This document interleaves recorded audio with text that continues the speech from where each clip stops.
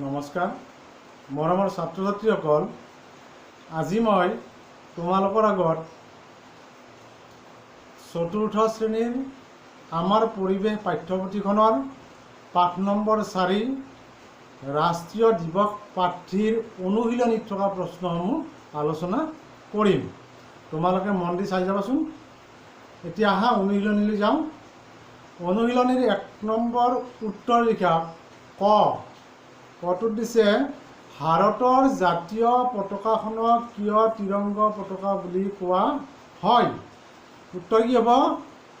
ভাৰতৰ জাতীয় পতাকাখনৰ 3টা ৰং থকা বাবে ত্ৰিৰংগ পতাকা বুলি কোৱা হয়।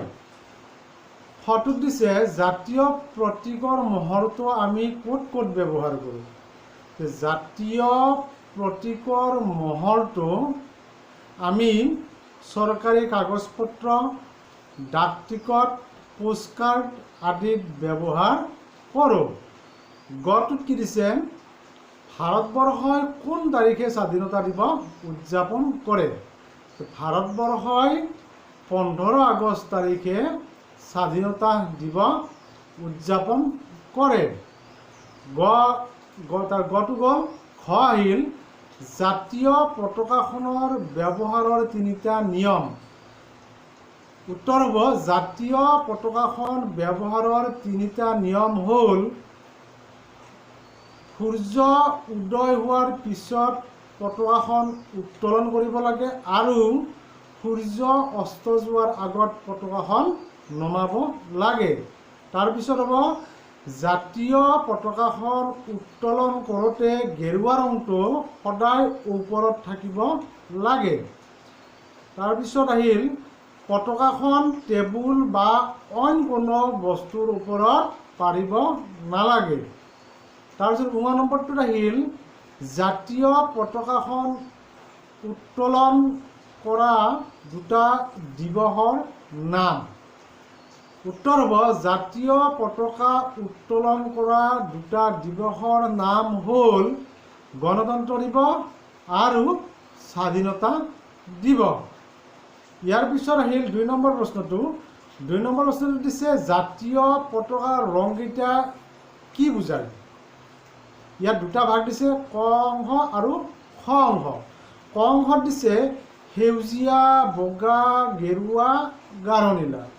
আৰু খ অংশত দিছে ত্যাগ, দেশপ্ৰেম আৰু সাহসৰ প্ৰতীক, কৃষি আৰু প্ৰগতিৰ প্ৰতীক, আকাশ আৰু সমুদ্ৰক বুজায়, সত্য আৰু শান্তিৰ প্ৰতীক। এতিয়া আমি ক অংশৰ লগত খ অংশ মিলাব লাগে। সেউজীয়া ৰংটোৱে কি বুজায়? কৃষি আৰু প্ৰগতিৰ প্ৰতীক। বগাটোৱে সত্য আৰু শান্তিৰ প্ৰতীক।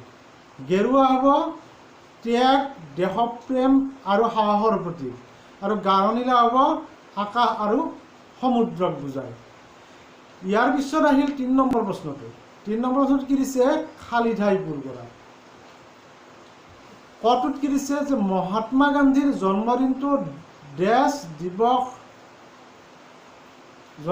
ডেছ হিচাপে পালন কৰা হয়। এতিয়া কি হ'ব? যে মহাত্মা গান্ধীৰ জন্মদিনটো গান্ধী জয়ন্তী হিচাপে পালন কৰা হয়। খটোত দিছে, জৱাহৰলাল নেহৰু শিশুসকলৰ মাজত ডেছ বুলি পৰিচিত। জৱাহৰলাল নেহৰু শিশুসকলৰ মাজত নেহৰু খুৰা বুলি পৰিচিত। গটোত দিছে, 26 জানুৱাৰীত ডেছ দিৱস পালন কৰা হয়। 26 জানুৱাৰীত গণতন্ত্ৰ দিৱস পালন কৰা হয়। ঘৰটোত দিছে, ডেছ জন্মদিনটো শিক্ষক দিৱস হিচাপে পালন কৰা হয়।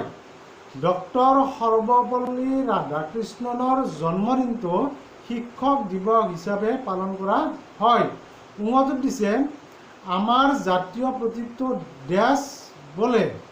আমাৰ জাতীয় প্ৰতীকটো অশোক স্তম্ভ বোলে। ইয়াৰ পিছত 4 নম্বৰটো দিছে, চোৱাচোন তোমালোকে। তলত দিয়া জাতীয় পতাকাখন শুদ্ধ ৰঙেৰে বোলোৱা। এই জাতীয় পতাকাখন তোমালোকে শুদ্ধ ৰঙেৰে বোলাব লাগিব। ইয়াৰ জাতীয় পতাকাৰ ওপৰত কি হ'ব?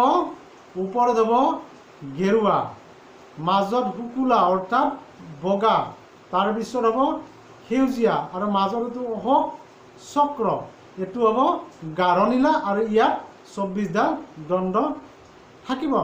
এতিয়া তোমালোকে বুজি পালানে? এই প্ৰশ্নসমূহৰ উত্তৰসমূহ তোমালোকে তোমালোকৰ বহীত লিপিবদ্ধ কৰিবা। ছাত্ৰ ছাত্ৰীসকল, আজিলৈ এই পাঠটোৰ সামৰণি মাৰিলোঁ। ইয়াৰ পিছত অন্য এটি পাঠ লৈ তোমালোকৰ মাজলৈ পুনৰ আহিম। ধন্যবাদ, নমস্কাৰ।